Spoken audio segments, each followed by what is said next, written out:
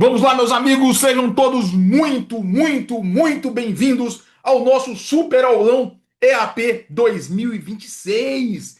Para a gente começar nosso bate-papo aqui, me deem aquele tradicional 5.5 de áudio e vídeo. Hoje promete, hoje vai ser daquele jeito. Mega revisão. Maravilha, então, meus amigos, muito obrigado pelo retorno de todos. Então, pessoal, sejam todos muito bem-vindos.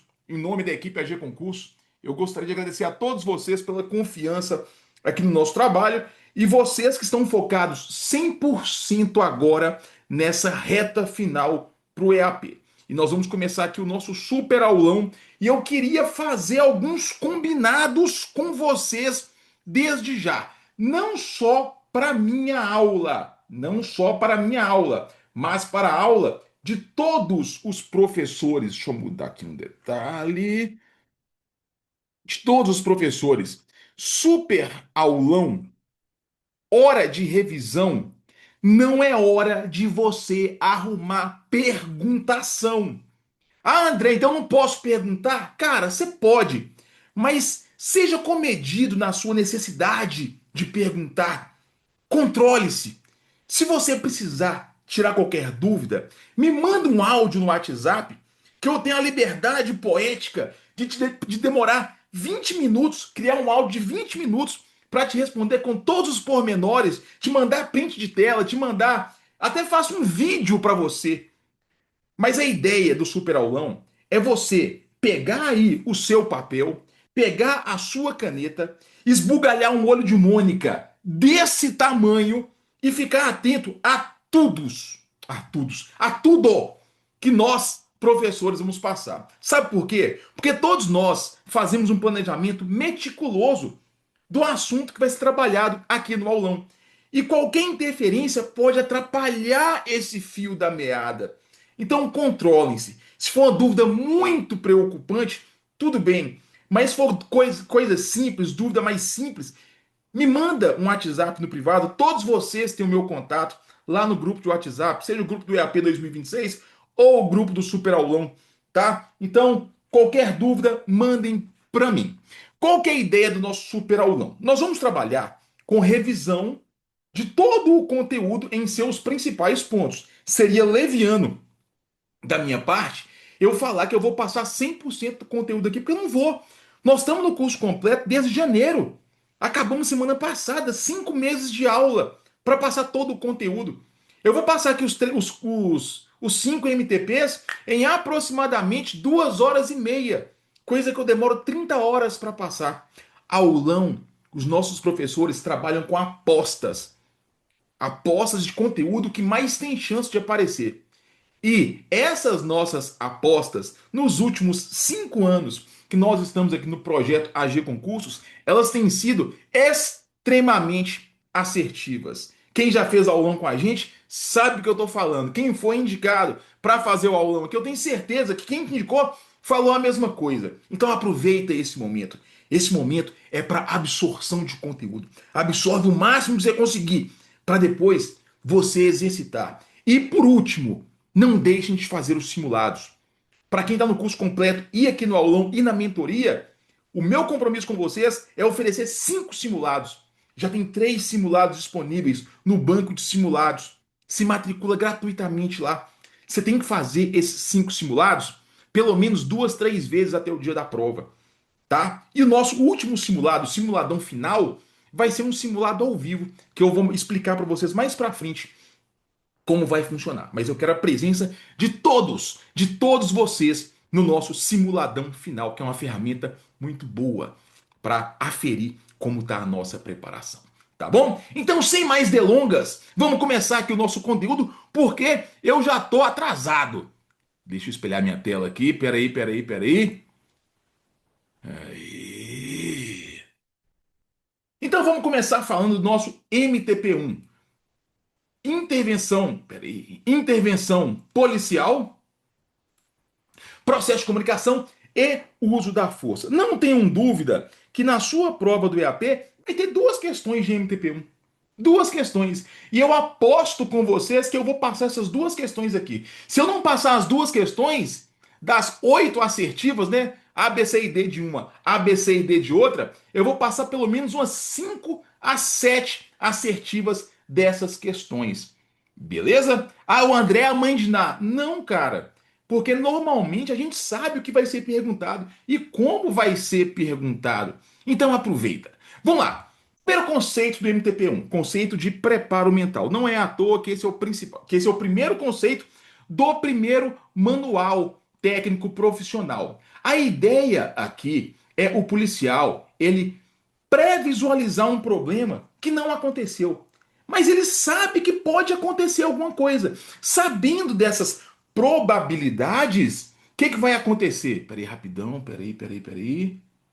Sabendo dessa probabilidade, o que ele vai fazer? Ele vai ensaiar mentalmente essas possibilidades de resposta. E quando o policial entra nesse preparo mental adequado, ele está bem preparado mentalmente, ele melhora muito a sua condição de dar resposta. Em outras palavras, se ele não está bem preparado mentalmente, a chance dele fazer merda na rua aumenta muito. O cara no zap, ó. Aí quando assusta, cai no colo dele um indivíduo armado, cai no colo dele uma troca de tiro. A chance dele fazer cagada aumenta demais da conta.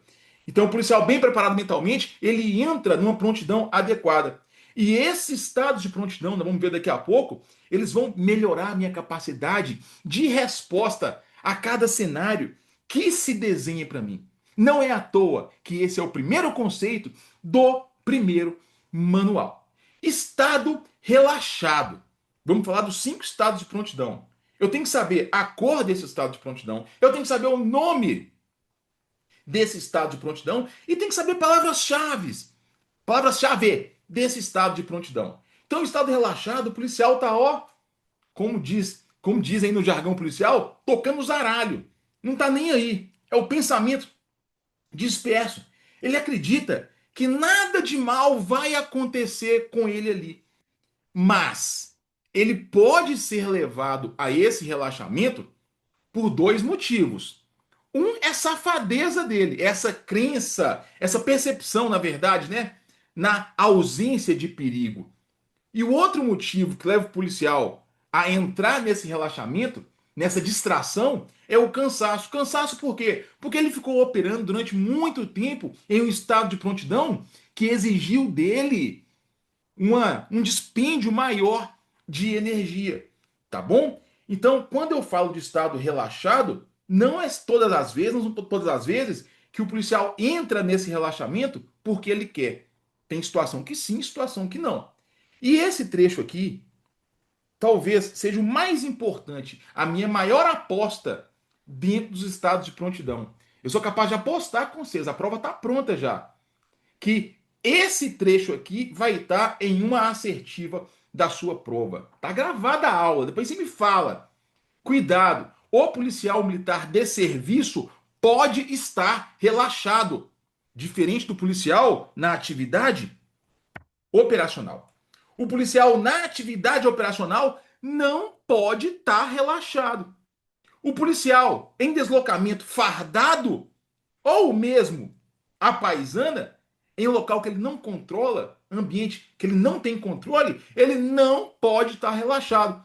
Mas o policial militar deslocando, fardado, por exemplo, dentro do complexo do 5º Batalhão, ele pode estar relaxado, porque em tese é um ambiente controlado.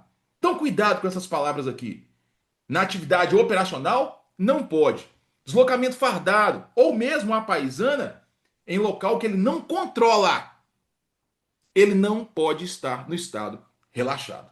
Cuidado com essas informações aqui, já trouxe para vocês uma questão de prova. Estado de atenção. Nesse estado de prontidão, o policial está tranquilo.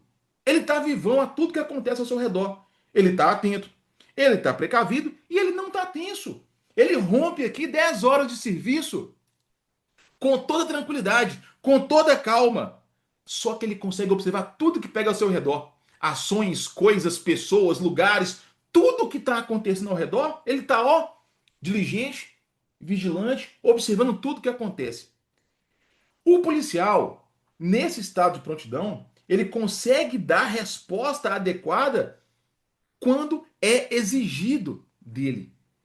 E fique esperto que nesse estado de prontidão, mesmo não tendo nada de errado sido detectado ainda, o policial tem que entender que uma agressão é possível. Uma agressão é possível. Não confunde, por favor, não confunde, por favor, com confronto provável. Não confunde. Confronto provável é uma característica do estado de alerta. Agressão possível, característica do estado de atenção. Para trocar todo esse trecho aqui, ó, para colocar todo esse trecho numa assertiva e trocar agressão possível por confronto provável e você acha que está certo e embarca nessa questão, não custa nada. Nada, nada, nada. Fiquem atentos aqui. O policial está vivão. Mesmo sendo uma situação tranquila, eu sei que uma agressão é possível. Estado de alerta. Principal palavra-chave que você tem que anotar. André, você já falou isso 30 vezes. Vou falar 31 agora então. Qual que é a principal palavra-chave que caracteriza, que define o estado de alerta? Coloca no bate-papo para mim. Você não vai esquecer isso. Qual que é? Fala para mim. O policial detecta um problema. Ele detectou um problema. E tendo um problema no cenário agora, no seu circuito ali, você sabe, cara, que um confronto é provável.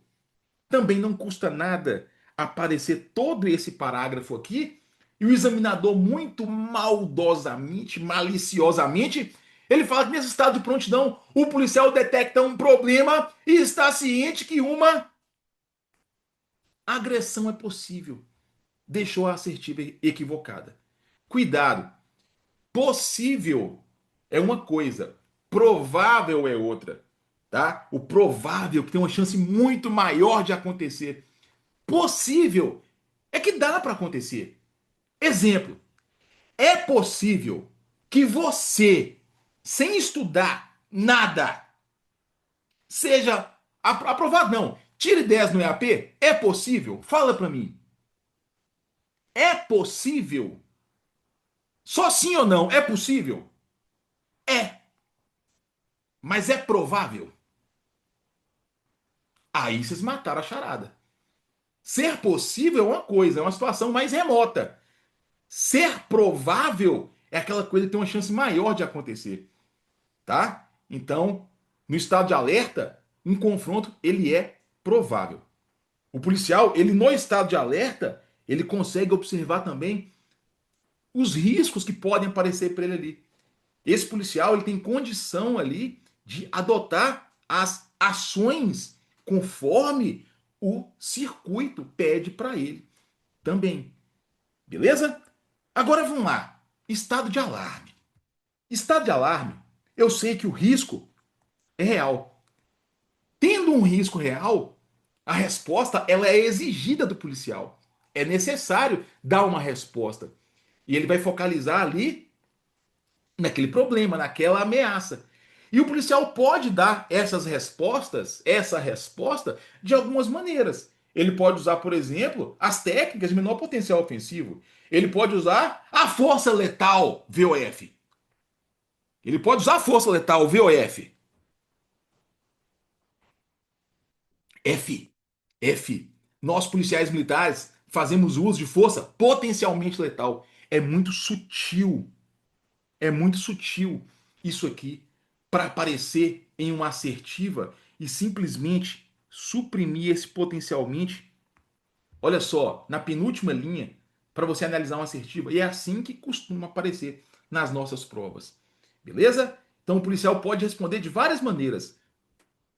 Técnica de menor potencial ofensivo, força potencialmente letal, vai usar a verbalização também, tudo conforme o cliente pedir para ele, tudo conforme a situação pede para ele.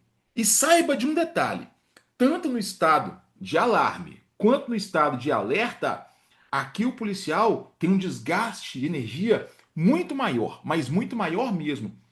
Beleza? Então operar aqui vai gerar esse desgaste orgânico do policial. Diferente disso aqui.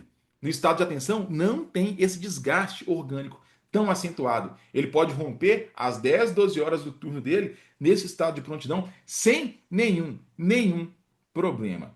Agora vamos lá, estado de pânico. Eu gosto de falar com vocês que o estado de pânico, ele se parece muito com o estado relaxado. A única coisa que diferencia o policial estar relaxado de estar em pânico é que aqui no pânico ele encontra uma ameaça. Então, se o policial está relaxado, não tem ameaça, ele continua relaxado. Se o policial está relaxado, pintou uma ameaça na frente dele, ele automaticamente vai para onde? Ele vem aqui para o pânico. Ou seja, o policial depara com um problema numa situação, numa condição que ele não está preparado. Ou quando ele está durante muito tempo, ó, nesse estado de tensão, com essa sobrecarga física, sobrecarga emocional, turno de serviço de 20 horas, agarrou na delegacia. Pode acontecer. Beleza? E nesse estado de prontidão, o policial pode até ter alguns lampejos ali de lucidez e dar respostas corretas em algum momento. Ele tem o bloqueio, ele dá uma resposta exagerada, trava uma hora e depois volta. Ele trava, dá uma resposta exagerada, volta. Essa oscilação nunca pode ser entendida como esse policial ele lida bem com o estresse. Não. Isso é um grave indicativo de que o policial ele não consegue lidar com essas situações. Então, esses, meus amigos, são os estados de prontidão. Chance muito grande de aparecer uma questão só sobre o estado de prontidão. Muito grande mesmo. Ou se não aparecer uma questão inteira, aquela questão de VOF vai ter duas assertivas tratando de estados de prontidão. Não deem esse mole. Tá? Avaliação de riscos. Eu tenho que lembrar desse mnemônico ridículo, né? Mas eu tenho que lembrar. IAKA. Eu tenho que saber qual que é o número da etapa. Eu tenho que saber o nome dessa etapa. E tenho que saber uma breve explicação sobre essa etapa também. Então, etapa 1, identificação de direitos e garantias sob ameaça. É identificar qual bem, qual direito, qual garantia que está em risco ali. O Copom te empenha num crime de roubo. Você sabe que o direito à propriedade de alguém, ele está em risco. Então, eu estou identificando qual direito, qual bem, qual garantia que está sob ameaça. Essa é a primeira etapa. Quando eu falo da etapa 2, a avaliação de ameaças, isso nada mais é do que eu caracterizar a etapa 1. Estou caracterizando como, André? Copom te empenhou nessa ocorrência de roubo. É um roubo a uma padaria. Aí o Copom te empenha, te manda deslocar para lá e vai complementando na rede rádio. Ô viatura, ó, chegou a informação aqui que esse roubo à padaria são 5 indivíduos armados de fuzil. Opa! Eu estou avaliando a ameaça. Etapa 2. De posse das duas informações, etapa 1 e 2, eu parto para a etapa 3. Aquela etapa que vai me auxiliar na escolha do comportamento tático mais adequado. É a classificação de risco. E o risco se divide em três possibilidades: risco 1, risco 2, risco 3. Risco 1 é a reduzida possibilidade de acontecerem ameaças. Risco 2 é a real possibilidade. E risco 3 é a concretização do dano ou risco real e iminente. Gravem isso como um mantra para vocês, que tem uma chance muito grande também de aparecer uma questão correlacionando estados de prontidão, por exemplo, com níveis de risco. E daqui a pouco, com níveis de intervenção. Vou fazer aquele esqueminha, aquele quadro, para você matar qualquer questão de prova sobre isso aqui. Beleza, etapa 1, 2, 3. Eu posso partir agora para a quarta etapa, que vai me ajudar na avaliação, na análise da minha vulnerabilidade.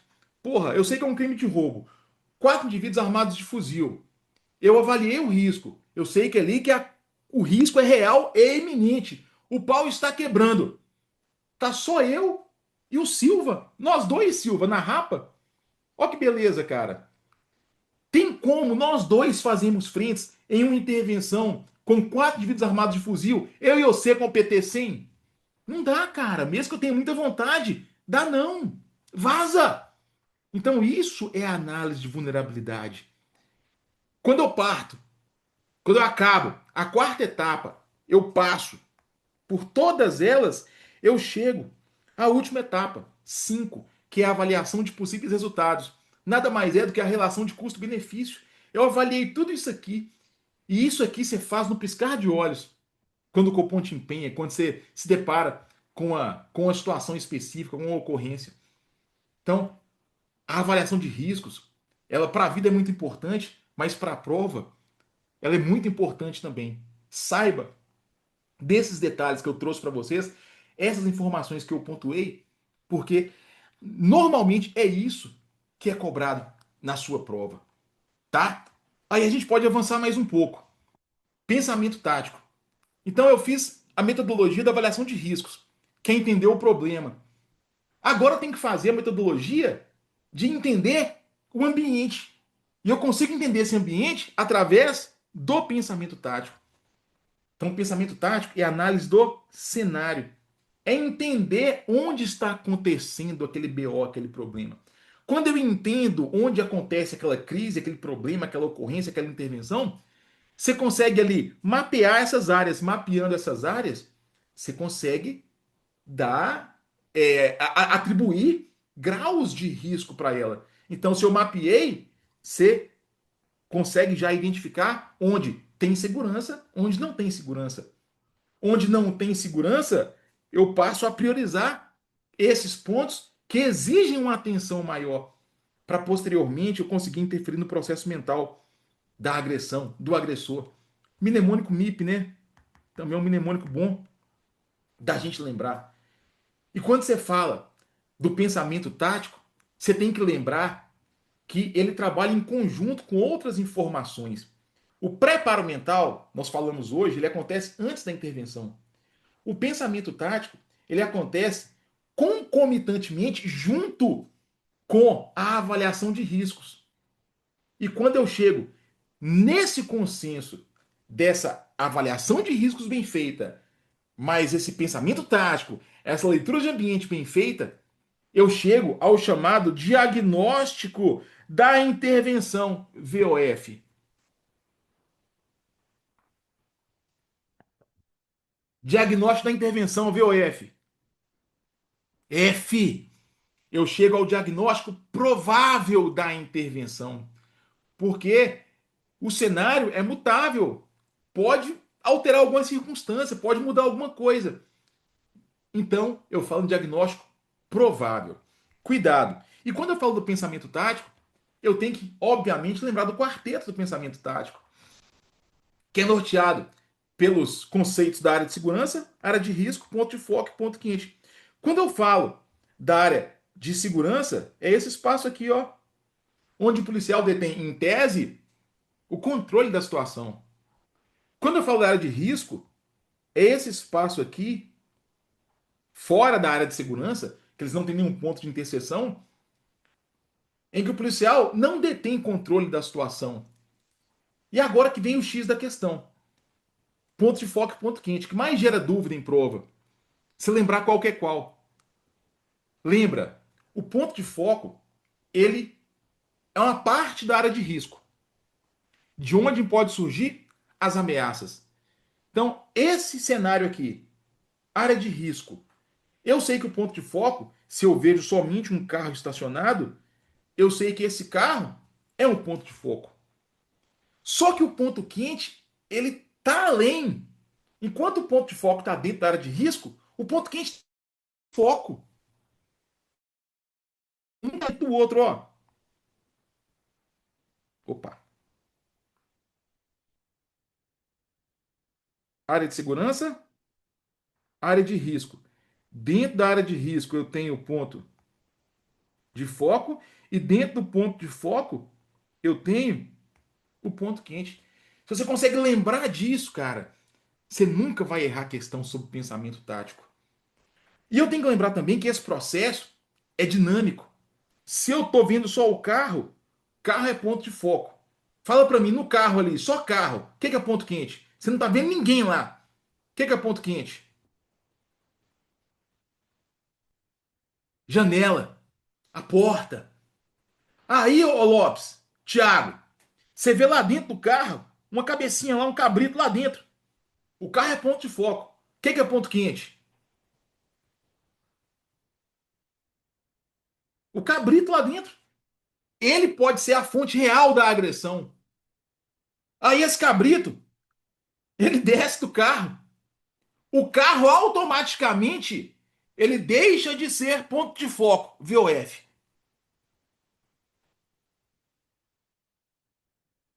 F, eu não vou desconsiderar o ponto de foco. Os dois aqui vão ser pontos de foco. O carro continua sendo. E o cabrito também vai ser ponto de foco. Agora, se eu considero só o cara, só o abordado, ele ponto de foco, ponto quente dele, mão, cabeça, se eu estiver muito perto, né? Cintura. E esse processo, ele é dinâmico. O tempo inteiro ele muda. Ele fica oscilando, fica variando, vai, volta. Entra pessoa nova no circuito, o cara entra dentro do carro, o carro vai embora e só a pessoa fica. É dinâmico.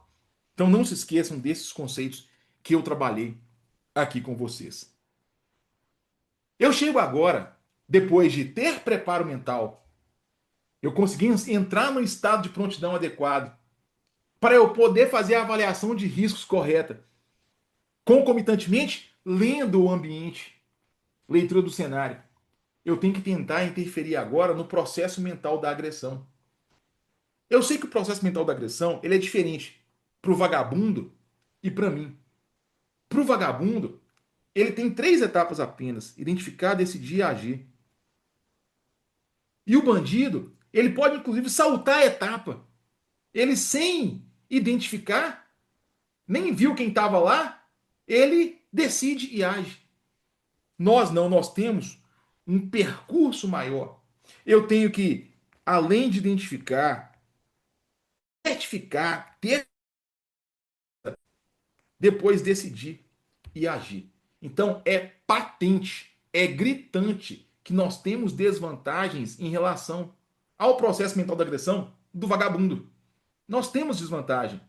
Então, para isso existem os cinco fatores úteis na tentativa de minimizar a desvantagem que há dentro do processo mental da agressão. Mitigar o risco.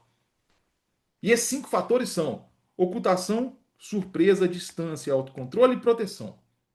Ocultação, estar fora das vistas dessa pessoa, tem a ver com aquele fundamento de estar coberto ou abrigado.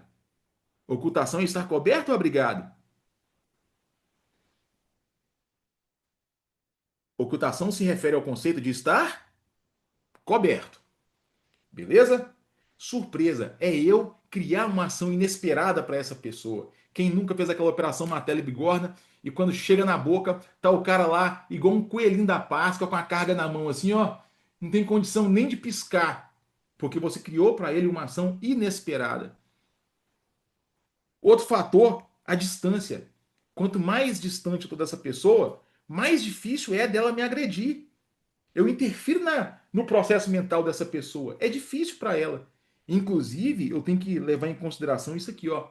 A regra de Tiller, ou dos 21 pés, ou dos 6,4 metros, que se refere ao que, André? Àquela pessoa que está com arma branca, ela tende a me agredir mais facilmente se ela estiver muito próxima a mim. Então, para essa pessoa com arma branca, eu tenho que manter esse controle da distância através da regra de Tiller, ou dos 21 pés, ou os 6,4 metros.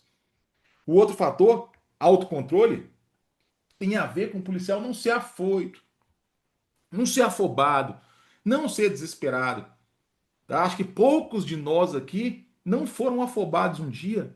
É característica do policial que quer ser um resolvedor de problema, que quer resolver aquela situação.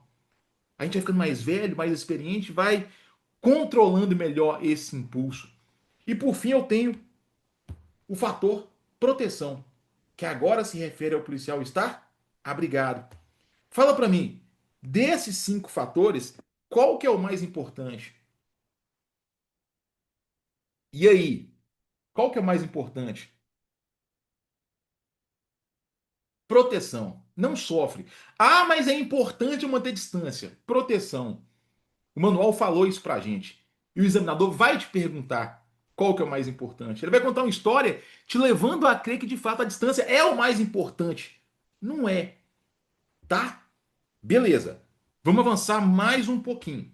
Níveis de intervenção. Então nós fizemos uma análise de preparo mental, passamos pelo estado de prontidão, chegamos à avaliação de risco, entendemos a leitura do ambiente através do pensamento tático, chegamos ao processo mental da agressão para poder falar dos níveis da intervenção. A forma mais simples de você lembrar disso aqui é você fazer uma relação. Deixa eu abrir uma tela branca aqui. Qual relação? Essa aqui, ó. Abre. Tela branca chegou aí? 5.5? Nosso bom e velho Word? Tá. Então você vai lembrar que existem estados de prontidão. Quais são? Deixa eu escrever com o mouse aqui, é mais fácil. Existem os estados de prontidão. Aqui eu fiz minha anotação. Ó, aqui tem o padrão certinho, ó. Eu tenho que seguir o tempo de cada slide para conseguir falar de tudo. Então nós temos aqui, pessoal,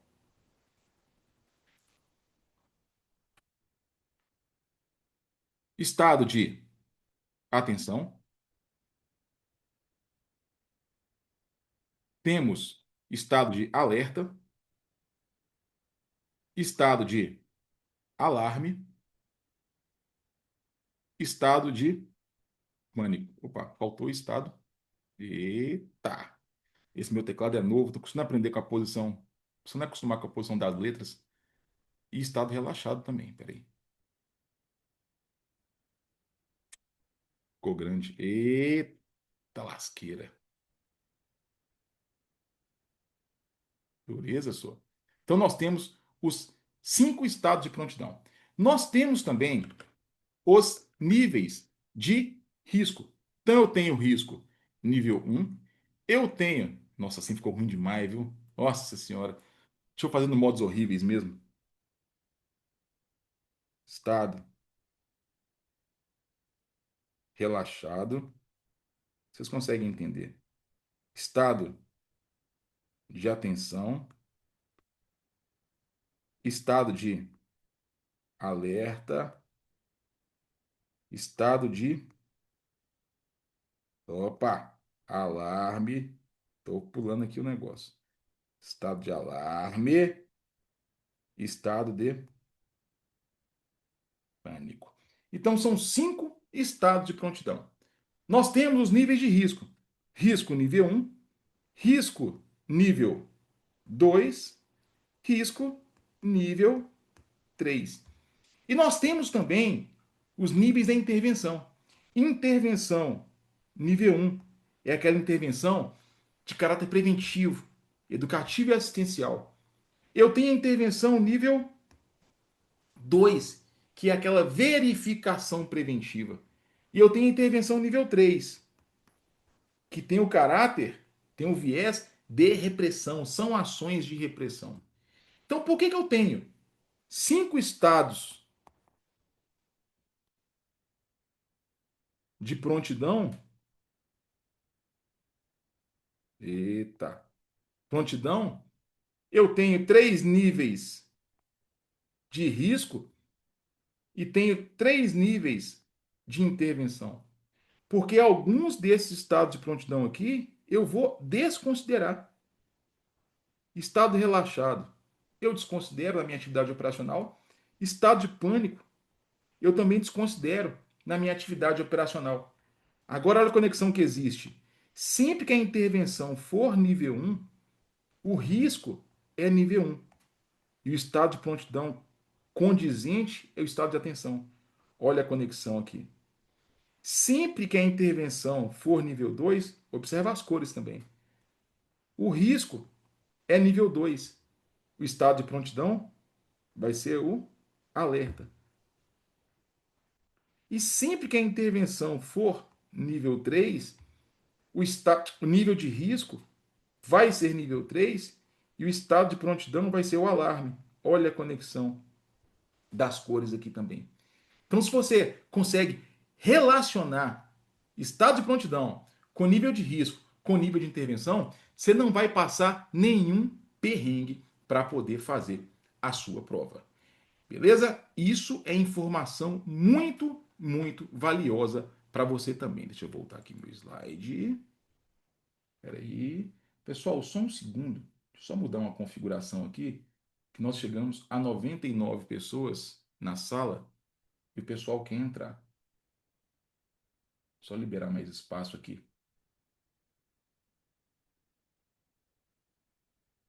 Só um segundo.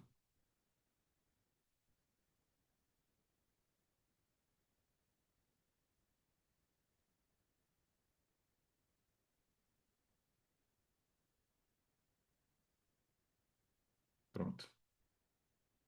Agora o pessoal consegue entrar.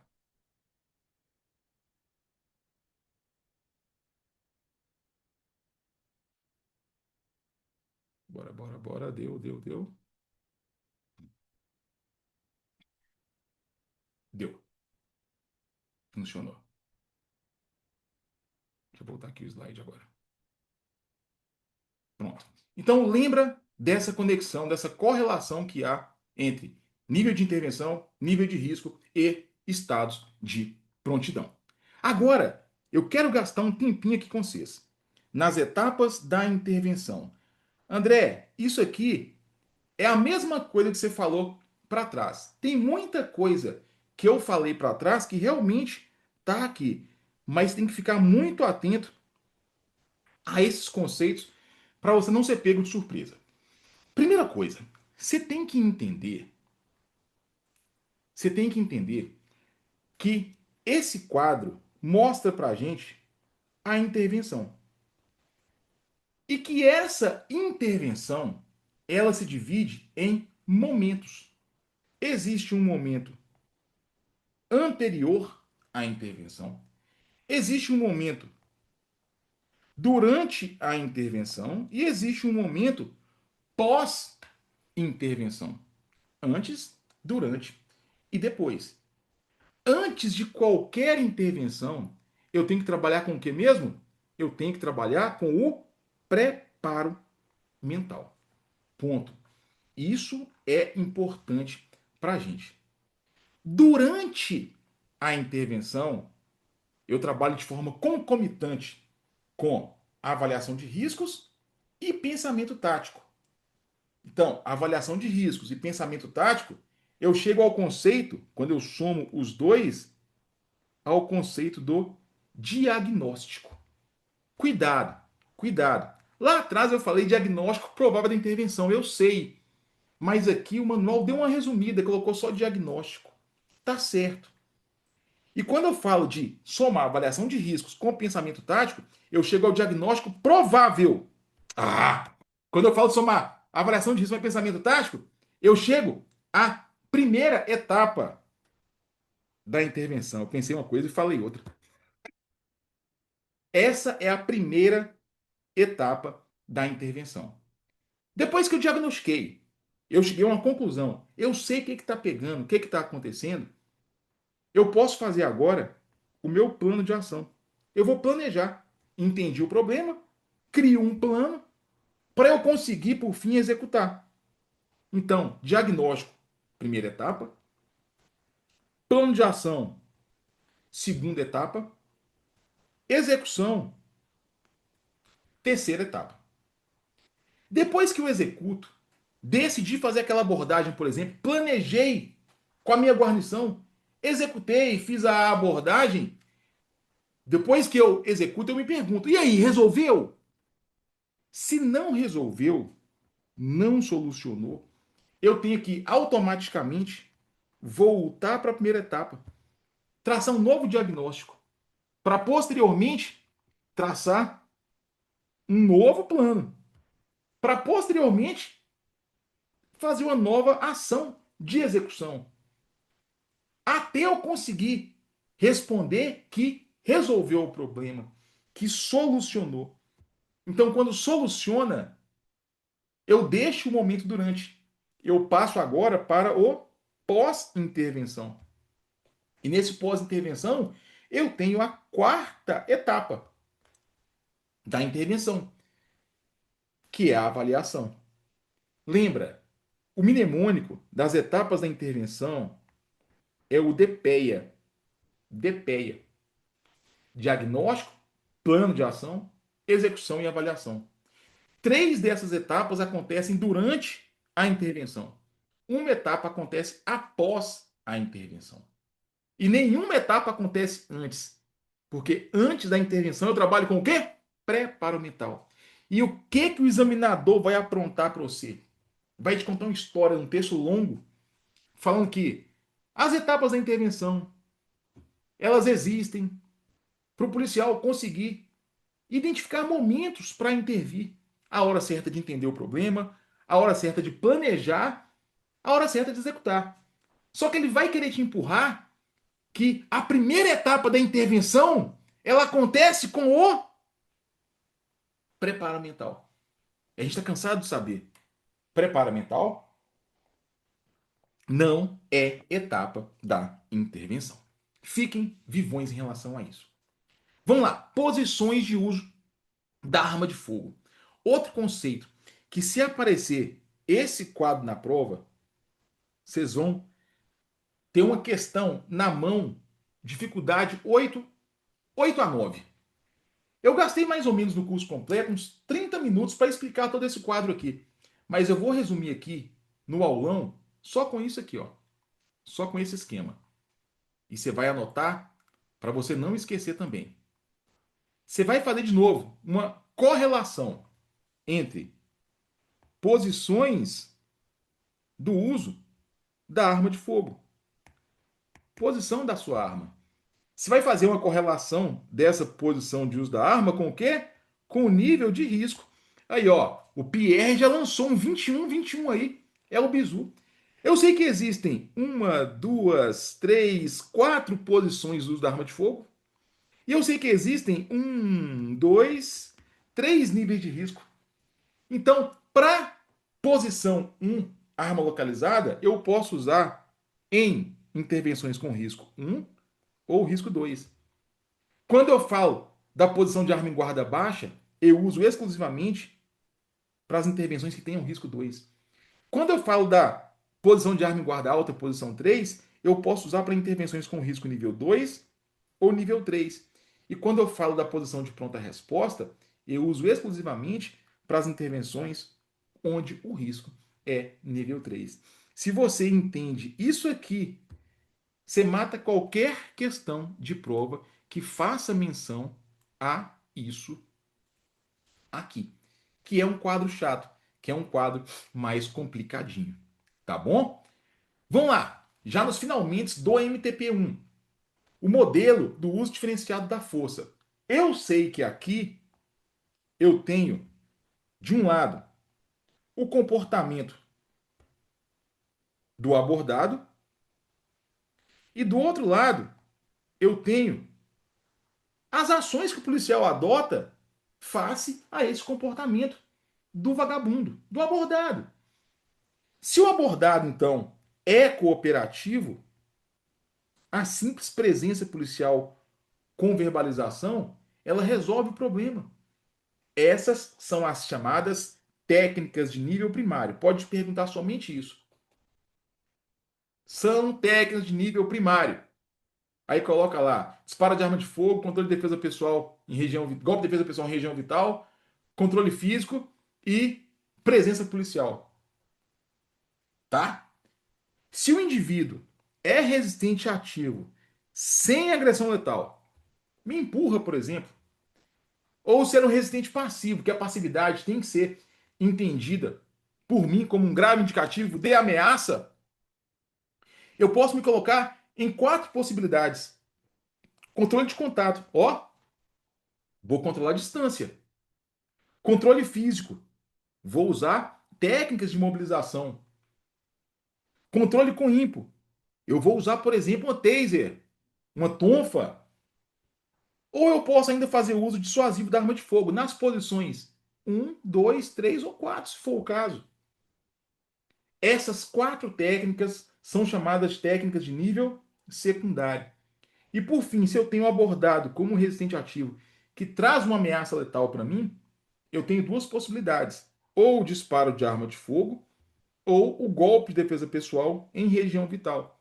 E essas duas técnicas são chamadas de técnicas de nível terciário, tá? Pode aparecer isso na prova perguntando para você somente qual técnica, qual que é o nível dessa técnica. É uma possibilidade muito, mas muito grande mesmo.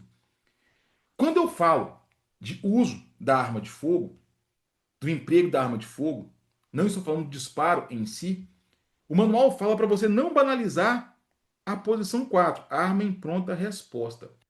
Por quê? A partir dali, você não consegue evoluir mais, você não progride mais. Você teria que, a partir da pronta resposta, efetuar disparo. E muitas das vezes, quase todas as vezes, não vai ter jeito de você fazer isso. Então você vai ter que voltar, colocar a arma no coldre para recorrer ao controle físico, por exemplo, controle com ímpeto. Não. O manual não te proíbe de usar arma na posição 4. Não, não é isso. Mas ele pede para você evitar. Aqui ficou meio desconfigurado, pessoal. Me desculpem. Ele pede para você evitar iniciar a abordagem com a arma na posição 4, mas não está proibindo. Dentre outros fatores aqui, pelo risco que existe de acontecer um disparo acidental. Porque, como eu disse para vocês, já disse algumas vezes, a arma de fogo é um engenho mecânico. E os engenhos mecânicos, eles têm a possibilidade de enfrentarem problemas, enfrentarem panes. Tá? Então não há proibição, anota isso. Não há proibição em iniciar a abordagem com a arma na posição 4. Evita. Se for necessário, sem nenhum estresse. E por fim, eu tenho que lembrar que existem algumas circunstâncias especiais, alguns procedimentos específicos para eu poder fazer o disparo da arma de fogo.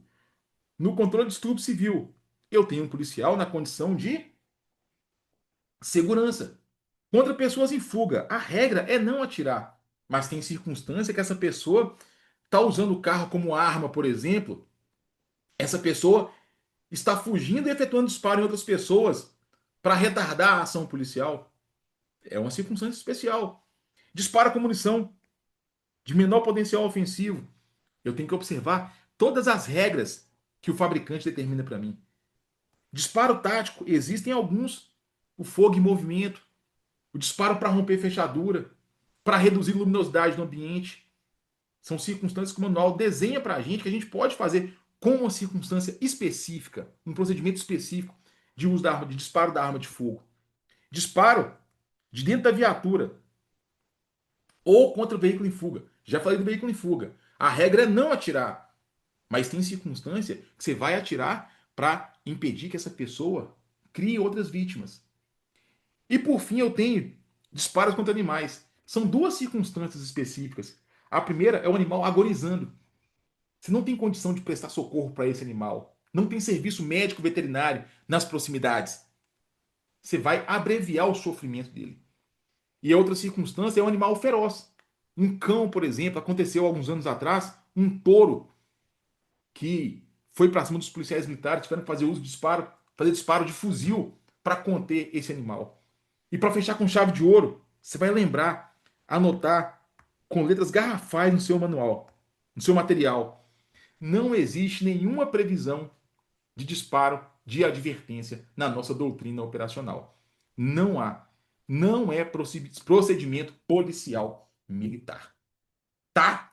Então, assim, meus amigos, em 40 minutos, nós falamos o que a gente gasta, em média, 8 horas para falar. Trouxemos aqui os principais pontos que eu chancelo o que eu disse para vocês no começo da aula. Eu trouxe para vocês aqui duas questões de prova. As duas questões que vão cair na sua prova foram faladas aqui.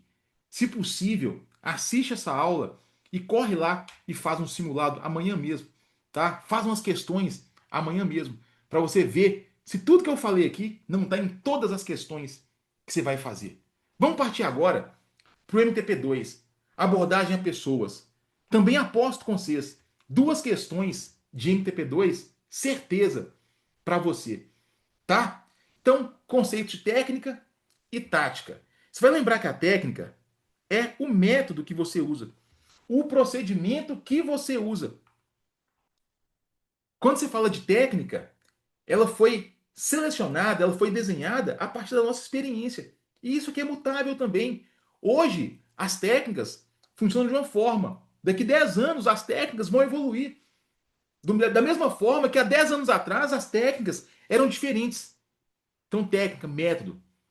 Vou fazer uma técnica de uso de escudo balístico. Como usar? Vou fazer uma técnica de varredura. Como fazer? Beleza? Diferente da tática. A tática é a nossa estratégia. Então, dentro da minha tática de operação de incursão, eu vou usar várias técnicas diferentes. Então, técnica é método, tática é estratégia. E não confunde com disciplina tática. O que é isso aqui? É a obediência de todos os policiais militares quando estão atuando em equipe. Todo mundo tem que entender que, por mais simples que pareça a sua função, ela é deveras importante. Ela é extremamente importante. O policial tem que saber o que ele vai fazer, quando que ele vai fazer, como que ele vai fazer e por que ele vai fazer aquela função. Ah, no cenário de crise, o policial que vai isolar o perímetro. Ele tem uma função muito importante ali naquele cenário. Tá? E se ele não obedecer essa função dele, essa atribuição dele, ele pode colocar em risco a segurança de todos os policiais, de toda a sua intervenção. Tipos de deslocamento. Também, se aparecer uma questão disso aqui na prova, é uma questão grau de dificuldade 8 para 9. Eu tenho, então, deslocamento lento, deslocamento normal, deslocamento rápido. É você entender que alguns desses deslocamentos trazem para mim uma ideia de mais perigo envolvido. Concordam comigo que quando eu ando com o passo mais devagar, velocidade moderada, observando tudo, ponto de foco, ponto de quinte, ponto, ponto quinte, o policial ele tem um risco maior nesse cenário. Ele está, ó, observando tudo que está pegando ao seu redor.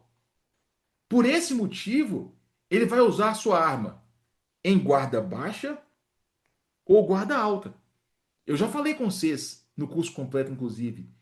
A pronta resposta, ela atrapalha o quê? O meu campo de visão. Então, se eu quero observar tudo que pega ao meu redor, não é viável eu usar a pronta resposta. É mais viável guarda baixa ou guarda alta, para eu conseguir observar.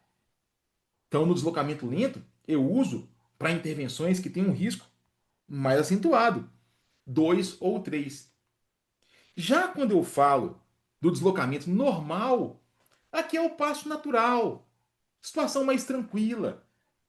A arma do policial vai estar localizada no coldre, VOF. A arma localizada no coldre, VOF. Cuidado com a indução ao erro. A prova é rainha para fazer isso. É arma localizada no coldre mesmo. Pode aparecer como isso aqui, Wallace. O examinador pode colocar esse parágrafo e suprimir o quê? Ó, arma localizada e falar: o policial está com passo natural, com postura, estado de atenção ao alerta, com a arma no coldre. Arma no coldre não é posição de uso da arma de fogo. Arma no coldre é arma no coldre. Ao passo que arma localizada, aí já é a posição 1.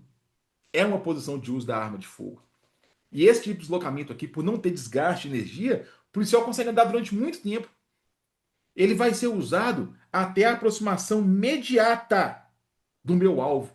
Ou seja, cheguei nas adjacências. Eu não cheguei no ponto principal.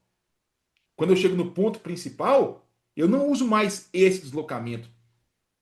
Quando eu chego no ponto principal, eu identifico aquele local, por exemplo, estou numa mata, estou andando.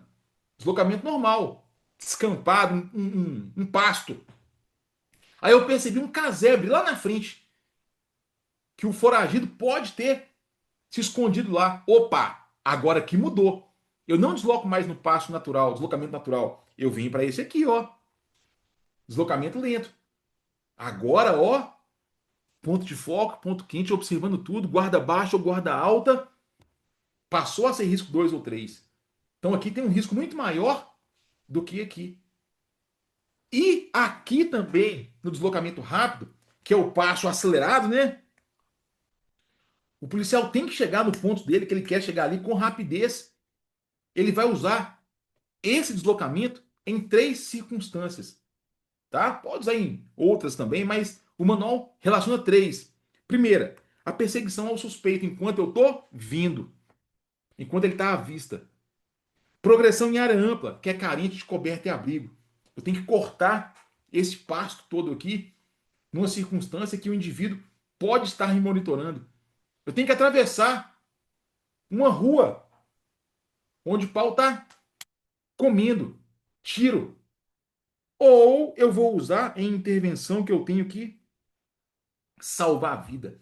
Eu vou resgatar o meu colega, por exemplo. Beleza? Técnica de uso de escudo balístico. Também é uma questão potencial processo. Potencial. E além disso, é uma questão fácil. Mas é fácil com um tom de pegadinha. Fique esperto. Qual que é a ideia aqui? O escudo balístico, ele foi desenvolvido, ele foi concebido para proteger quem está portando. É a regra. Mas tem uma exceção que se eu usar a técnica de forma adequada, eu consigo ampliar essa proteção para os demais policiais que estão atrás de mim também. Então, faz de forma adequada que você amplie essa proteção. O ideal, o universo perfeito, é que quem vai atirar seja o policial que está atrás, não você. Mas se porventura você, condutor, precisar atirar, você leva a sua arma para frente do visor, empunhadura lateral, faz visada e dispara. Mas o mundo perfeito é quem está atrás de você fazer disparo. Cuidado, tem 2 possibilidades do uso de escudo. O escudo em segurança mínima, o policial está mais exposto, olha aqui. E outra variação é o policial em segurança máxima. Aqui o policial está menos exposto, aqui também, tá bom? Só fique esperto. O escudo na segurança máxima, ele fica no chão ou próximo do chão? Falem para mim. No chão ou próximo do chão? O Wallace falou próximo. Quem dá mais? O Anderson falou no chão. Alguém vai arrematar essa dízima aí para mim? Quem vai arrematar? Aí, ó, o David matou. Depende. Se o policial tiver em deslocamento, como essa imagem aqui, ele tá próximo ao chão aqui, ó. Mas se o policial estiver estacionado, o escudo fica no chão. Beleza? Então, cuidado. Não é sempre que vai estar no chão, nem sempre vai estar próximo ao chão. Outra técnica. Como fazer método, procedimento. Uso de lanterna. Fica esperto, porque tem 3 possibilidades: posição 1, posição 2, posição 3. Não é a hora de eu te ensinar isso mais. É a hora de eu te ensinar a fazer a questão certa, para você não errar, tá? Então lembra, se eu tenho, se eu estou empunhando arma de fogo e lanterna, eu faço isso aqui, ó.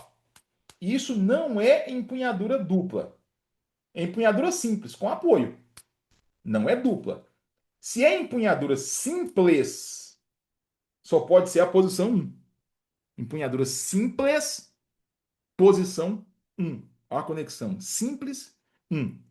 Quando eu falo da posição 2, que eu seguro a arma dessa forma, me dá uma ideia de estar empunhando.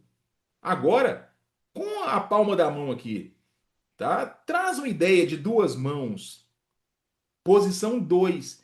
E para você não ter nenhuma dúvida, a posição 2 começa com a letra B, a segunda letra do alfabeto.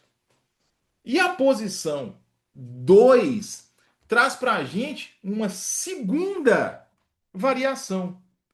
que é a variação AIUB, que é a segunda letra do alfabeto. Você não vai esquecer mais isso. Beleza? Posição 2, Bolívar, empunhadura dupla, com a variação AIUB. Tem duas variações. E a posição 3 traz para a gente uma, duas, três letras. FBI. Como que pode aparecer isso na prova? O examinador vai te falar que a posição 3 é a posição Harris, que a posição 2 é a posição FBI e que a posição 3 é a posição Bolívar.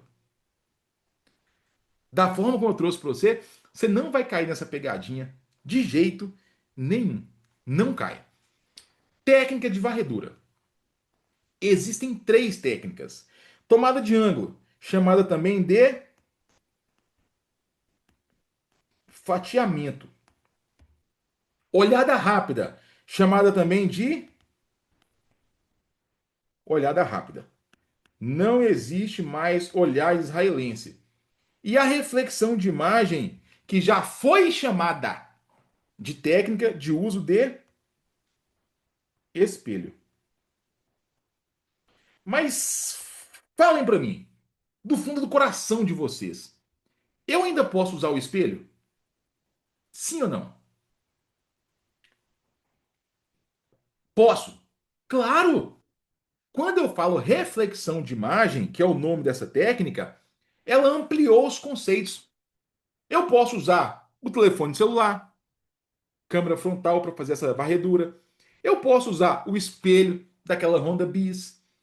Eu posso usar um óculos do noiado que estava no chão lá e aquele óculos espelhado horroroso. E você vai usar a reflexão de imagem através daquele objeto que faça essa reflexão. Tudo que reflita a imagem, você pode usar a técnica de reflexão de imagem. E quando eu leio, quando eu entendo, quando eu estudo essas técnicas de varredura, fica bem claro para mim que uma delas é a mais segura. Qual que é mesmo? A tomada de ângulo. Por quê? Porque quando eu faço olhada rápida, eu identifico a pessoa, o manual me manda recorrer à tomada de ângulo. Quando eu faço reflexão de imagem e eu identifico a pessoa, o manual me manda recorrer à tomada de ângulo. Então me dá a entender que é a técnica mais segura para mim. Vamos falar de uma por uma aqui. Na tomada de ângulo, fique esperto com um detalhe. Antigamente, o manual falava para a gente que eu só poderia usar a tomada de ângulo, fazer a tomada de ângulo na posição 3. Hoje, com a revisão do MTP de 2020, isso foi ampliado. Eu posso usar tanto a posição 3 quanto a posição 4, tá bom? Quando eu falo da olhada rápida, a ideia é esse movimento rápido, né? O nome já fala. E se for necessário fazer a repetição de movimento, o ideal é que o policial busque outro ponto, tá? Fez em cima aqui, ó, ele vai buscar a parte de baixo. Fez embaixo, faz no meio. Faz embaixo de novo, para não facilitar a sua percepção ali da pessoa tá te esperando efetuar um disparo, por exemplo. Quando eu falo da segurança nessa técnica, eu tenho que levar em consideração que o policial executor pode estar com a arma no coldre ou com a arma na mão. Se ele tiver com a arma na mão, ele vai apoiar aqui, ó, a arma aqui na mão, a minha caneta, ele vai apoiar na parede. Só tem que tomar cuidado para quê? Para sua arma, na hora do movimento, não ficar apontada para sua cabeça. Controle da direção do cano, tá bom? E quando eu falo de do policial que me provém a segurança, esse policial tem que ficar esperto também. Porque eu tenho que ter um policial na minha cobertura. E esse policial vai estar com a arma na guarda baixa. E pode ter um momento ali que o policial executor da técnica ele queira fazer a variação lá embaixo. E a arma do policial que presta a segurança pode estar apontada para ele. E aqui o manual fala, ó, se eu avisto esse perigo, eu identifico essa pessoa, esse suspeito, eu vou avisar os demais policiais e a partir daqui eu recorro à tomada de ângulo. Obviamente, né? Se eu tivesse supremacia de força. Nesse caso aqui, tinham dois policiais e tinha um bandido. Mas poderiam ter dois, três, quatro, cinco, seis. E aí, não tendo supremacia de força, não tem por que você querer fazer a tomada de ângulo. Aí não tem jeito. Tá bom? Vamos lá, reflexão de imagem. O manual deixou muito claro pra gente. Deixou isso aqui, ó, gritantemente desenhado. Você vai usar qualquer instrumento que reproduza a imagem. E quando você sabe a posição aqui, ó, ele usou o telefone celular. Quando você sabe a posição desse abordado, desse suspeito, você vai recorrer também à tomada de ângulo. Então isso aqui ficou claro para a gente que dentre essas três técnicas de varredura, a tomada de ângulo é a que traz um maior grau de segurança para a gente. Por fim, eu chego à patrulha policial militar. Lembra de um detalhe muito importante. O ponta 1, ele tem outro nome. Ele pode ser chamado também de ponta de vanguarda 1. O ponta 2 pode ser chamado de ponta de vanguarda 2. O comandante, somente comandante. O ala pode ser chamado também de. O ala pode ser chamado também de ala. Só ala. Cuidado se o manual se aprova, cismar de colocar que ele pode ser chamado de tarefas especiais, de mula. Não, só ala. O retaguarda 2 também pode ser chamado de ponta de retaguarda 2. E o retaguarda 1 também pode ser chamado de ponta de retaguarda 1. Tá? Cuidado. Essa é a nossa patrulha policial militar. No deslocamento dessa patrulha, eu vou utilizar três tipos de deslocamento. Primeiro deslocamento, coluna, serpente, né? Um policial vai atrás do outro. Qual que é a ideia aqui desse deslocamento?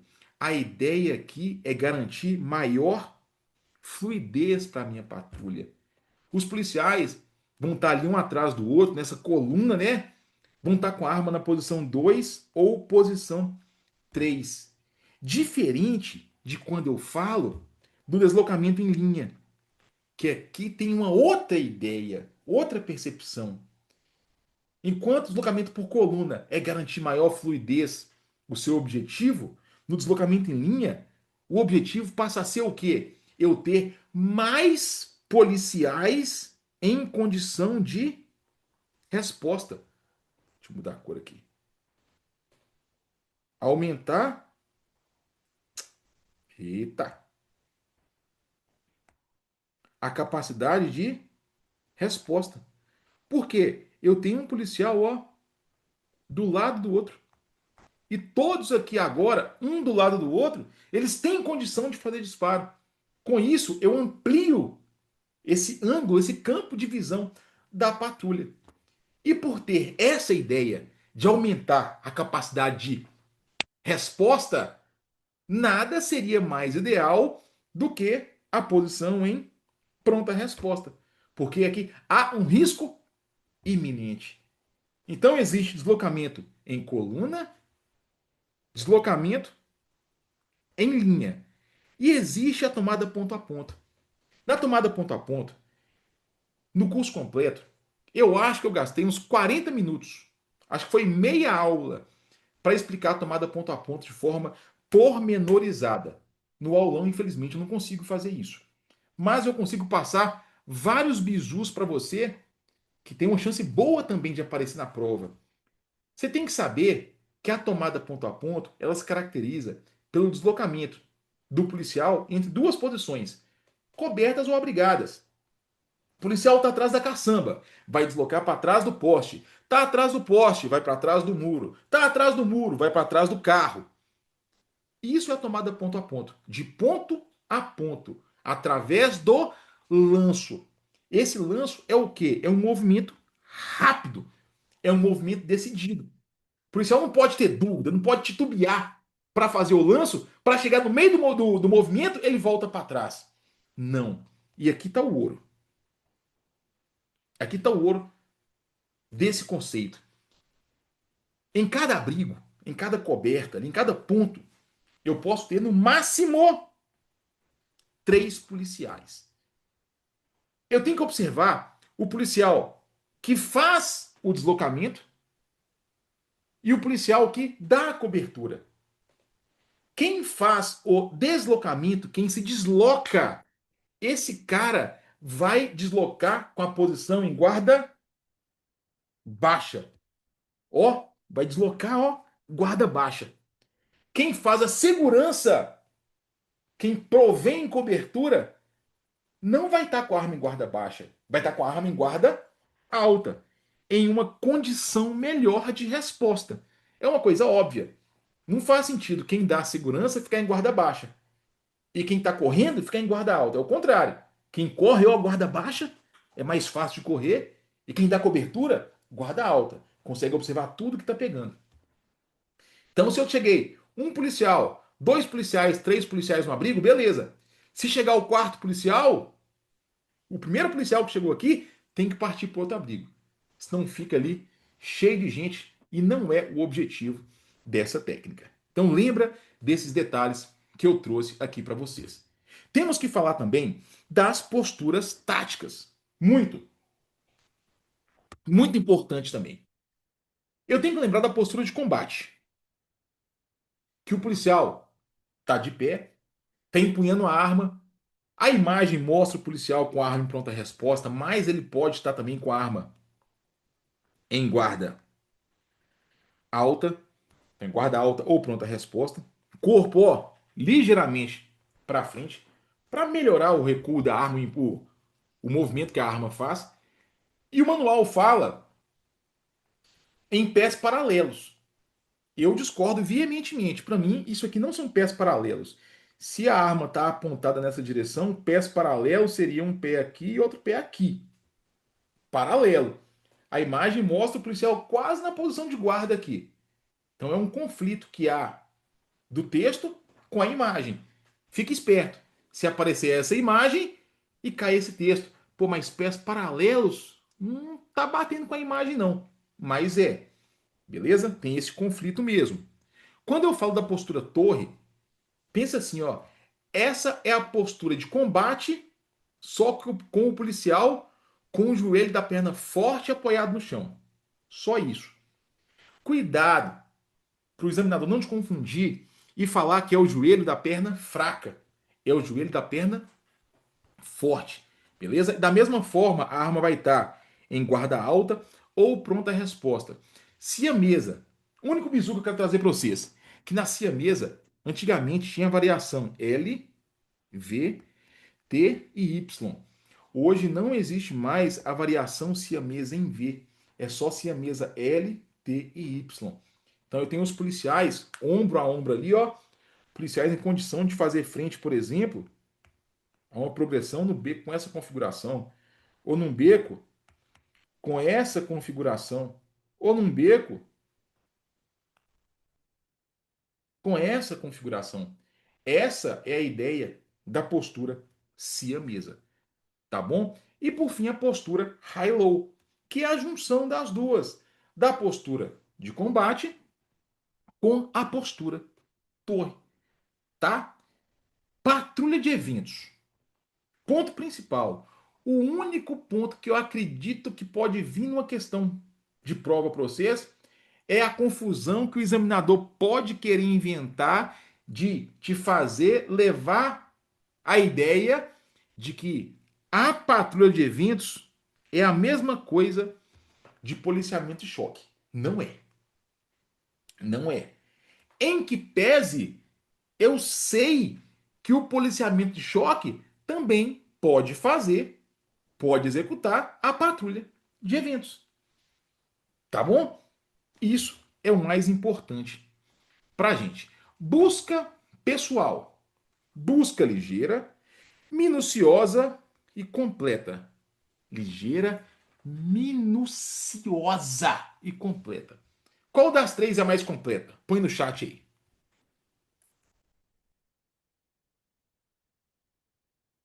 Ligeira, minuciosa ou completa?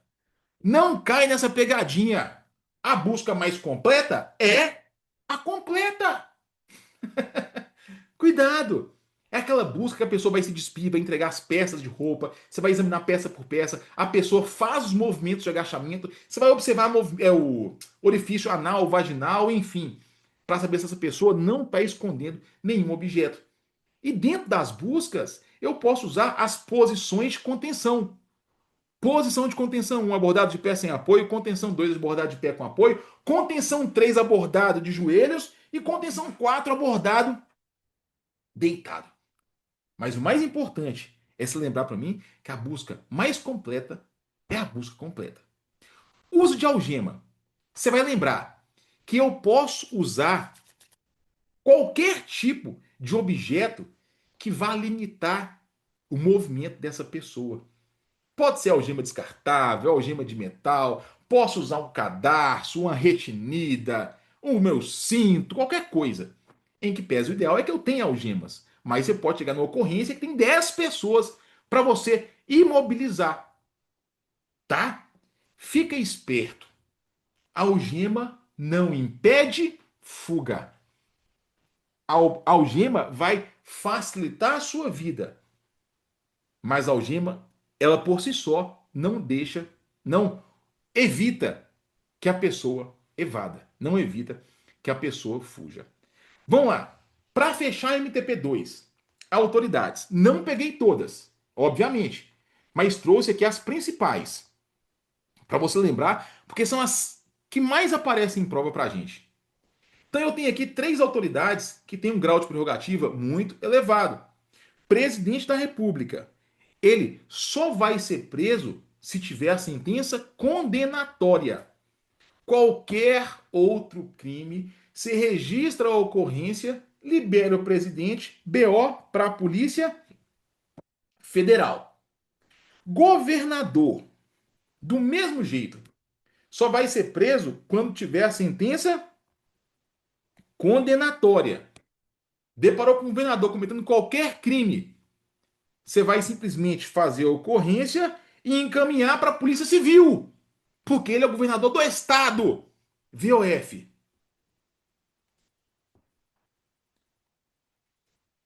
F. Cuidado. Tanto o presidente quanto o governador, a ocorrência vai para a Polícia Federal, tá? E por fim eu tenho o diplomata. Essa pessoa aqui, essa autoridade, é inviolável. Ele não pode ser preso em hipótese alguma. Alguma. Em qualquer tipo de crime. Vai ser liberado. Vou registrar o BO e encaminhar para a Polícia Federal. Ministro, secretário de Estado, prefeito, anota aí. Zé. Opa, escorregou aqui. Zero prerrogativa. Ah, mas eles têm foro privilegiado, meu amigo. Aqui eu estou me referindo a procedimentos policiais. Então, zero prerrogativa. Vai ser preso em qualquer circunstância. Tá bom? Poder Legislativo, deputado federal, senador e daqui a pouco deputado estadual. Pode ser preso? Pode. Crime inafiançável. MTP2 vai te exigir saber quais são os crimes inafiançáveis? Não. Vai contar uma historinha e vai falar que esse crime é inafiançável. E aí te pergunta: prende ou não prende? Se for crime inafiançável, prende. Se for crime de menor potencial ofensivo, crime afiançável, você vai simplesmente liberar, registrar o BO e encaminhar para a Polícia Federal. Lembra, os autos têm que ser encaminhados em 24 horas para a respectiva casa, seja a Câmara ou o Senado, conforme a autoridade, para lá os seus colegas definirem sobre a manutenção ou não da prisão desse membro do Poder Legislativo. Quem vai levar? Não somos nós. Tem que saber só isso para a prova. Tem que ser encaminhados os autos. E se aplica exatamente da mesma forma aos deputados estaduais. Só tem uma divergência, uma diferença. Que se eu faço a prisão do deputado estadual no flagrante de crime inafiançável, ele vai ser conduzido para a Polícia Civil e não Polícia Federal. Quero perder um pouquinho mais de tempo aqui, ó. Legislativo municipal. Opa, paga. Vereador. Eu passei para vocês um bizu no curso completo. A questão das duas pernas, lembra? Duas perninhas. Esse é o vereador. O vereador tem duas pernas. Uma perna se chama vínculo com a função. A outra perna se chama circunscrição. Ele vai ser preso caso ele perca as duas pernas ou caso ele perca uma das pernas. Se ele tiver com as duas pernas intactas, ele não vai ser preso. Como? Vereador de Belo Horizonte cometeu um crime de desacato contra o secretário municipal de obras de Belo Horizonte durante a sua função de fiscalização. Desacatou o secretário de obras. E ele desacatou o secretário de obras no exercício da função e na sua circunscrição, em Belo Horizonte. Opa, as duas pernas estão aqui. Vínculo com a função, circunscrição. Não vai ser preso. Outro exemplo. Vereador de Belo Horizonte. Está em Belo Horizonte. Sua circunscrição. Mas comete o crime de tráfico de drogas. Não tem nenhum vínculo com a função. Faltou uma perna. Vai ser preso. Outro exemplo. Vereador de Belo Horizonte comete esse mesmo crime de tráfico de drogas. Não tem vínculo com a função. E está em Montes Claros. Nem vínculo, nem circunscrição. Vai ser preso. Resumindo, para não ser preso, tem que estar na circunscrição e o crime ter vínculo com a sua função.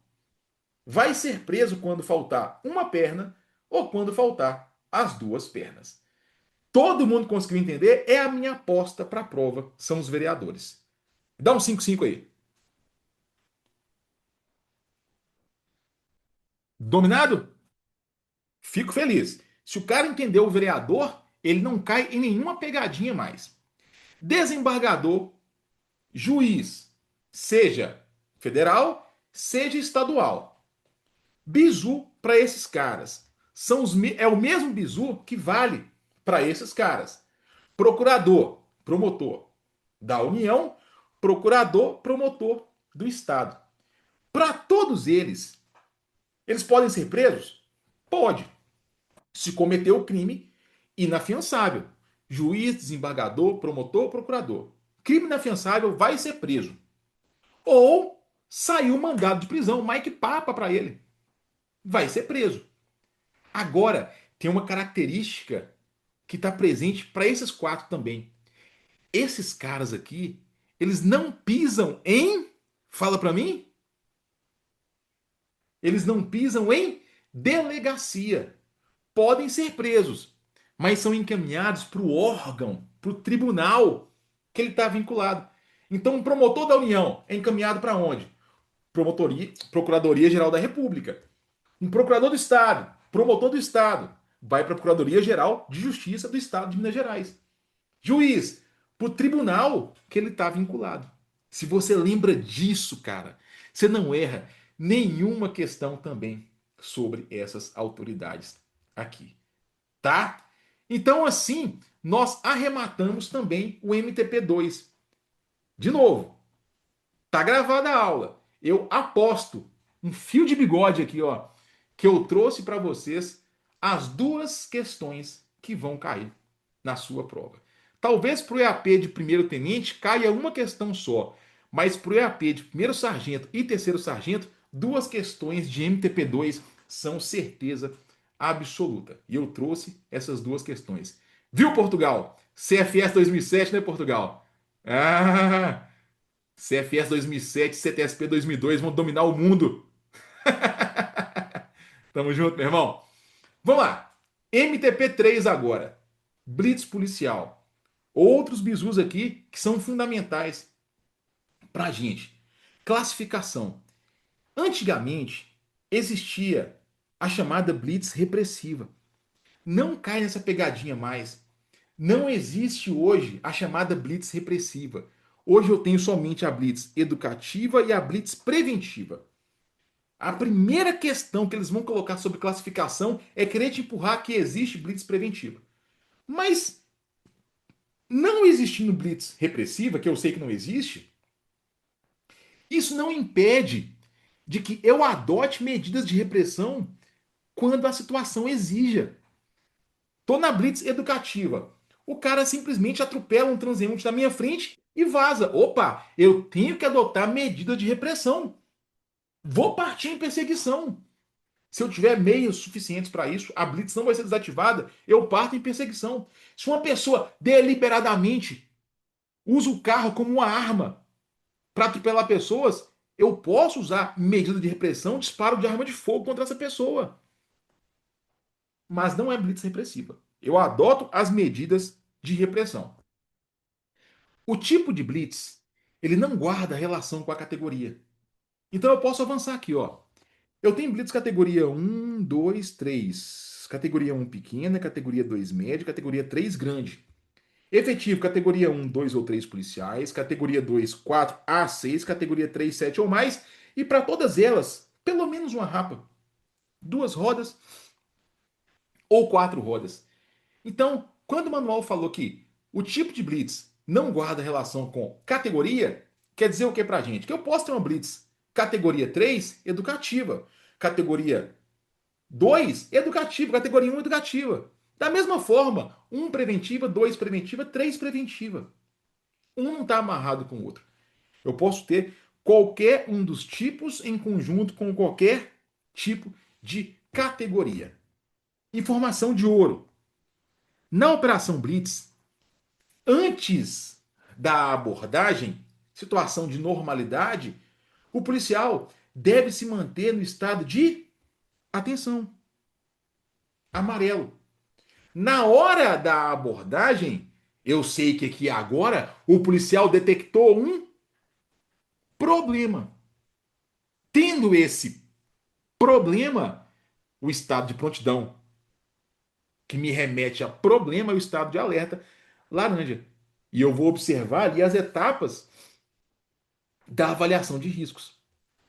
Esse trecho aqui é muito importante também, ó. Algumas situações do policiamento podem fazer com que a blitz passe a ter caráter repressivo. É o que nós falamos. Dessa forma, é necessário considerar a hipótese do uso de força em níveis mais elevados, permanecendo no estado de prontidão adequado, alerta laranja ou alarme vermelho, conforme a sua avaliação. Então, mesmo não tendo uma blitz repressiva, eu posso estar no estado de alarme vermelho. Posso estar. São as ações de repressão que eu adoto, mesmo a blitz não sendo classificada como uma blitz repressiva. Aí continua e fala isso pra gente aqui, ó. Faça uma leitura do ambiente e identifique preliminarmente os possíveis locais de abrigo. Por quê? Se você está na blitz, você pode se deparar com um capeteiro e você já leu o ambiente ali, ó. Porra, aqui tem uma caçamba, aqui tem um pedregulho, aqui tem um poste. Tudo isso vira ponto de coberta e abrigo para mim. E aí fala: se existir alguma ameaça que se configure um risco real, adote medidas compatíveis com o estado de alarme. Aquele vagabundo que está no carro atropelou um policial já. Você vai esperar atropelar a blitz inteira? Disparo de arma de fogo. Medida de repressão para fazer cessar aquela injusta agressão. Procure atuar sempre privilegiando a segurança da equipe, evitando, marca isso para mim, evitando abordar veículos com quantidade de ocupantes adultos em número superior ao de policiais. Exemplo, Chevrolet Spin, 7 lugares. Tá na Blitz eu e o Portugal, nós dois. Vamos parar, Portugal. Essa Spin, conheço o filme. Quando nós paramos essa Spin, cara, tinham 7 pessoas lá dentro. E aí, Portugal? Nós somos bichão. Mas não vamos abordar essas 7 pessoas? Sim, não ou depende? E aí? Depende. Depende. Por quê? Se forem 7 indivíduos suspeitos de fato, aquele cheirão de maconha, aquela sugestão que são 7 bandidos, o bizu é não abordar. Mas se for, igual o caso que eu contei, né, Carlos? 7 doninhas voltando da missa das 7 horas da manhã. Opa, que é isso? Senhoras, bom dia. Tenente André Gustavo aqui, ó. Sargento Portugal. Como estão as senhoras? Por gentileza, documento do carro. Documento de habilitação da senhora. Ó, só alegria. Sem estresse nenhum. Então depende. Por isso que o manual não colocou que é vedado abordar veículos com quantidade de adultos em número superior ao de policiais. Então, se pintar essa assertiva na prova, que tem uma chance boa de cair esse item E aqui, e trocar e falar que o policial não deve abordar esse veículo, você vai ficar vivão e vai, ó, sair de quebradinha, chulispa, tá? Vamos lá, mais um pouco. Caso ocorra a parada de veículo com mais adultos que policiais e ainda estejam presentes outros fatores da análise de risco que indiquem a falta de segurança, aqueles 7 bandidos lá, Portugal, nós dois, aí a recomendação é vai embora. E depois a gente pede uma prioridade, assume um cerco bloqueio, aborda esse pessoal depois. O rato cai depois. Esse procedimento não é mochibada. Isso é profissionalismo. O manual bate muito essa tecla. Segurança, segurança, segurança. Se você demole colocar a segurança em risco, o preço pode ser muito alto. Então, para a Blitz, além da segurança viária, né, se preocupa também com a segurança para a abordagem, né, que é a questão do indivíduo suspeito. Então, tem um risco muito acentuado aqui.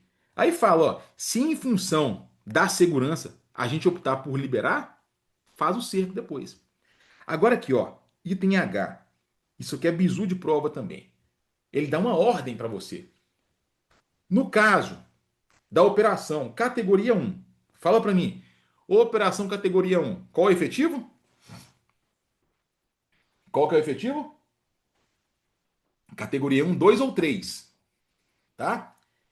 Então a blitz pequena. Aborde. Ordem. Obrigação. Você não pode abordar 2 carros, 2 motos, um carro e uma moto. É somente um veículo. E ponto final. Para a sua segurança. Tá? E se for o caso, em alguma intervenção, você perceber que estava tranquilo e posteriormente o negócio virar um capeteiro, você vai atualizar a sua prontidão, sua avaliação de riscos e pede prioridade, solicita reforço e segue o jogo com segurança. Esse ponto é determinante também para a prova. Por quê? Porque antigamente não existia a possibilidade do policial partir em perseguição. Hoje, aliás, partir em perseguição da Blitz, né? Que a perseguição sempre existiu. Eu não podia deixar a Blitz e partir em perseguição. Hoje, eu posso deixar a Blitz e seguir em perseguição, desde que eu tenha recurso para isso. Então, eu não vou desativar a Blitz. Se eu tiver efetivo suficiente, uma parte do efetivo vai na perseguição e outra parte continua na Blitz. Tá? Se você vê isso na prova, entende que é assim mesmo. Efetivo e logística. Então aqui tem algumas orientações básicas que são feijão sem bicho. Mas eu acho interessante passar para você, se aparecer uma questão dessa, você não achar que é pegadinha e não é. Então olha só, quando eu falo de logística, eu tenho que ter arma de porte para todo mundo. Regra. Quando eu falo de arma portátil, não é obrigatório ter. É se disponível. Quando eu falo de HT, não é obrigatório também. Pô, André, mas como assim não é obrigatório ter HT? Para fins de prova, não, cara. É se estiver disponível mesmo. Colete balístico. obrigatório para todo mundo, e o colete refletivo também é obrigatório para todo mundo. E aqui é o principal, a cereja do bolo, que muita gente quiaba. A quantidade de cones. Meus amigos, o manual colocou que é desejável um mínimo de 7 cones. Então, fala para mim, VOF, eu posso fazer uma blitz com 10 cones? VOF, verdadeiro. Posso fazer uma blitz com 7 cones? Verdadeiro. Posso fazer uma blitz com 2 cones?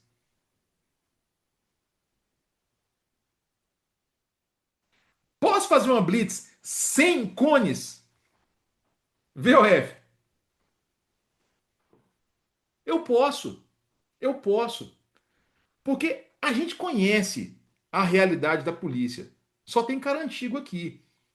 Me fala aí, toda companhia tem 7 cones para todas as viaturas que vão para o turno? Tem. É o mundo perfeito, né, Wallace? Não tem, cara. Então, como que eu vou relacionar, obrigar ter 7 cones para fazer uma blitz? Sabe como que eu fazia blitz? Quando eu estava aqui em Betim, quando eu estava lá em Neves também, não tinha cone, e tinha segurança do mesmo jeito, eu tinha o box aqui no meio. Eu colocava a minha viatura aqui e outra viatura aqui. Olha que bacana. Eu vou abordar o carro entre as duas viaturas, com giroflex ligado, viatura ostensiva, e eu tenho segurança. O manual não colocou que é obrigatório 7 cones. Na versão anterior do manual, que estava em vigência até 2020, 2013 a 2020, lá tinha a previsão de 8 cones. Era regra. Tinha 8 cones e ponto final. Mas na prática operacional não funcionava. Então, essa revisão de 2020 trouxe, ó, se der, o mundo perfeito é tenha 7 cones. É o ideal. Mas se não tiver, faz com 2, faz com 1, faz sem cone, desde que você tenha segurança. E todos nós aqui temos discernimento suficiente para montar uma operação com segurança. Você não vai montar uma operação só você e seu colega com uma moto numa curva. Não tem como. Você não está seguro. Não está sinalizada a via. Mas com duas viaturas é perfeitamente possível. Funções. Nós temos então PM comandante, PM selecionador, com a variação do avançado. Aquele cara que fica antecipado ao dispositivo, ele não intervém em nada e ele vai passar informações para o selecionador. Vai usar um aplicativo ali, ó. Pode pular nesse Corolla branco aí que ele tá bombado, tá? Tem informação aqui, ó, queixa furto. Então, o avançado serve para isso. Eu tenho o vistoriador, que é o cara que mantém o contato verbal com o condutor. Procede à vistoria veicular documentos. Eu tenho o revistador, que é o cara que faz buscas pessoal veicular. Eu tenho o relator, faz BO, faz AIT, e eu tenho o PM Segurança, que é o policial responsável pela integridade física de todos os componentes da Blitz. Esse policial segurança não tem posição fixa no dispositivo. Mantém escuta ininterrupta da rede rádio. Agora falem para mim, essas funções aqui, os policiais podem acumular quantas funções? Isso aí, Lopes. Vistoriador que faz a vistoria veicular. Os policiais podem acumular duas ou mais funções. Cuidado. Duas ou três é diferente. Duas ou mais. E essas funções vão alternando conforme a necessidade da operação também. Sinalização, silvos de apito. É bom falar para você não esquecer. Vai que aparece uma dessa na prova aqui, você não vai errar, tá? Um silvo breve. Siga. Dois silvos breves. É o pare. que via de regra é seguido de um silvo longo, né? Então, o diminua a marcha para mandar parar. Para você não esquecer isso, pelo amor de Deus, vai que cai uma questão dessa na prova. Abordagem à motocicleta. A gente pode deparar com abordagem à motoca na Blitz? Pode. E o mais importante é você lembrar de alguns detalhes. Primeiro, capacete. Você vai abordar o motociclista, você não tira o capacete desse cara. Deixa esse cara com o capacete, porque vai dificultar a vida dele. Posição de fazer a abordagem. Lembra, o motociclista parou aqui, ó. Ele é o X. Eu tenho um lado para ficar o revistador vistoriador e um lado para ficar o segurança. Isso o tempo inteiro é cobrado em prova. O PM, revistador, vistoriador, que pode acumular, ele vai ficar do lado esquerdo, ó. Revistador barra vistoriador. Lado esquerdo. E o PM segurança vai ficar do lado direito. Para aí fazer a tática de aproximação triangular. Como que aparece isso volta e meia em prova? Eu coloquei em simulado, eu coloquei no curso de questões comentadas, eu coloquei no nosso quiz que a gente fez no curso. Eles vão inverter. Segurança de um lado, revistador historiador do outro. Lembra? Esquerda, revistador historiador. Direita, UPM, segurança. Eu acho que ninguém mais vai esquecer isso aqui. Aqui já falamos. Quando eu dou a ordem de parada para a motocicleta. O óbvio tem que ser dito. Precisa ser dito. Se tem o garupeiro, quem desembarca primeiro vai ser o garupeiro. E depois desembarca o condutor. E em todos os casos, as mãos são apoiadas no capacete. O capacete, ele não vai ser retirado, tá? Se eu tiver um, um um apoio, eu posso colocar essa pessoa na posição de contenção 2, de pé com apoio. Não tem posição 1, abordado de pé sem apoio também, sem estresse, sem nenhuma dificuldade. Último assunto nosso: blitz noturna. É um momento que o manual bate de novo muito na tecla da segurança, de fazer uma correta sinalização. Preferencialmente, o manual fala para a gente que eu vou colocar essa blitz em um local com boa iluminação, que permita a visualização do dispositivo. Conforme o cenário, para facilitar a segurança, eu posso ali fazer alguns ajustes no meu dispositivo para garantir maior segurança. Usar o balizador luminoso, a gente tem pouquíssimo na polícia, se tiver, está nem funcionando mais, mas se eu puder usar, se eu conseguir, eu vou utilizar. E um ponto importante: a viatura, normalmente, fica posicionada a 45 graus, né? Na diagonal. Só que essa posição na diagonal, ela pode prejudicar à noite a visualização de quem está vindo na via. Então, para facilitar essa visualização, eu posso tirar a viatura da posição diagonal, colocá-la paralela à via. Para quê? Para que o giroflex fique chapado e quem está na via consiga ver melhor. Então, é um ajuste possível que o manual traz para a gente. Tiro da posição 45, levo para a posição paralela à via para facilitar a visualização do giroflex, a luz estroboscópica e garantir maior segurança para a gente. Outro ponto importante, acaba que aqui eu até faço uma menção ao MTP2. Lanterna é fundamental. E falem para mim, quais são as principais finalidades da lanterna? Vamos ver quem vai lembrar. Quais são as principais utilidades, finalidades da lanterna? Quem lançar o bizu aí já mata a questão.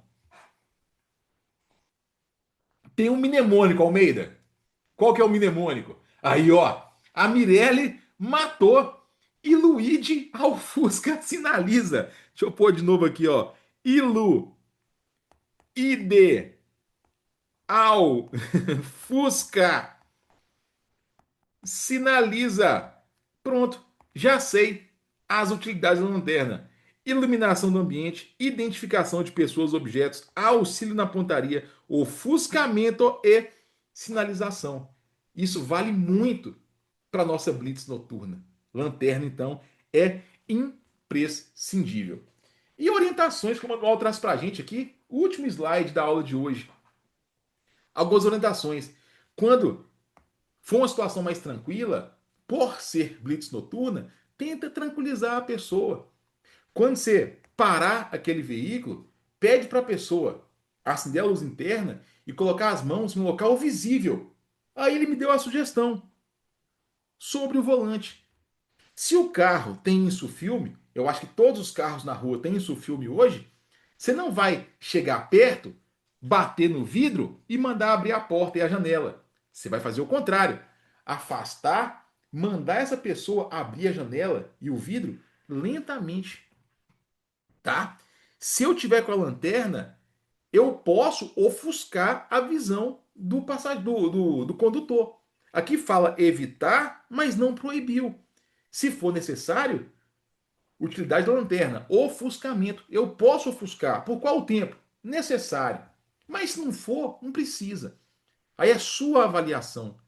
E por fim, blitz noturna. Evita expor a sua visão ao farol de outros veículos, porque isso pode atrapalhar a sua condição visual. Fisiologicamente, pode te colocar numa condição de menor segurança. Tá? Então, assim, meus amigos, nós matamos nessa 1 hora e 50 minutos, mais ou menos, o que eu gastaria em torno ali de umas 22, 24 horas para passar.